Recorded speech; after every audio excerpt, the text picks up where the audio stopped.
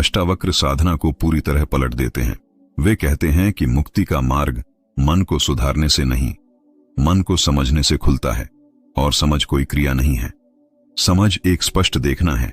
यहीं से यह प्रश्न खड़ा होता है कि यदि मन को सुधारना ही बंधन है, तो साधना का वास्तविक अर्थ क्या है? यही प्रश्न हमें अगले भाग की ओर ले जाता है।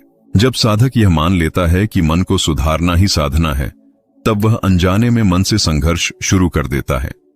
वह हर विचार को जांचने लगता है, हर भावना को नियंत्रित करना चाहता है और हर प्रतिक्रिया को अनुशासन के भीतर बांधने की कोशिश करता है। बाहर से यह साधना प्रतीत होती है, पर भीतर यह निरंतर तनाव का कारण बन जाती है। अष्टावक्र कहते हैं कि मन से लड़ना ऐसा ही है जैसे आग को आग से बुझाने का प्रयास करना। मन स्वयं विचारों से बना है और विचारों से ही मन को सुधारने का प्रयास किया जाता है।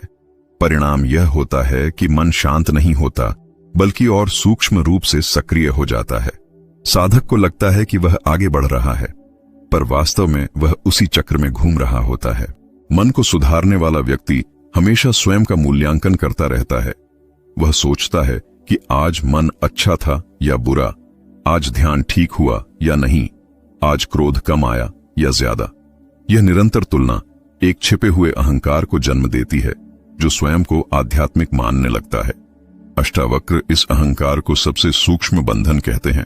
जब साधक अपने मन को सुधारने में सफल भी होता है, तब भी समस्या समाप्त नहीं होती, क्योंकि सुधरा हुआ मन भी मन ही है। वह कभी शांत है, कभी अशांत। उस पर आधारित शांति भी अस्थायी होती है। अष्टावक्र कहते हैं कि जो अस्थायी है, उस पर टिककर स्थायी मुक्ति की आशा नहीं की जा सकती। मन को सुधारने की प्रक्रिया साधक को भविष्य से बांध देती है। वह यह मान लेता है कि एक दिन ऐसा आएगा जब मन पूरी तरह शुद्ध हो जाएगा और तब मुक्ति मिलेगी। इस प्रकार वर्तमान क्षण की पूर्णता अनदेखी रह जाती है। अष्टावक्र के अनुसार सत्य भविष्य में नहीं है, वह अभी है। अष्टावक्र कहते हैं कि मन को नियंत्रित करने वाला वास्तव में मन के भीतर ही रहता है। नियंत्रण करने वाला भी एक विचार है। जब यह देखा जाता है कि नियंत्रक भी मन का ही हिस्सा है, तब नियंत्रण का पूरा ढांचा गिरने लगता है। मन को देखने और मन को सुधारने में यही मूल अंतर है। सुधारने में कर्तापन है, देखने में कोई कर्ता नहीं है। देखने में कोई प्रयास नहीं है, केवल जागरूकता है। जहां जागरूकता है, वहां मन अपने आप स्पष्ट हो जाता है। जब साधक यह समझने लगता है कि मन उसका शत्रु नहीं है, तब संघर्ष ढीला पड़ने लगता है। तब मन को बदलने की नहीं, समझने की दिशा खुलती है।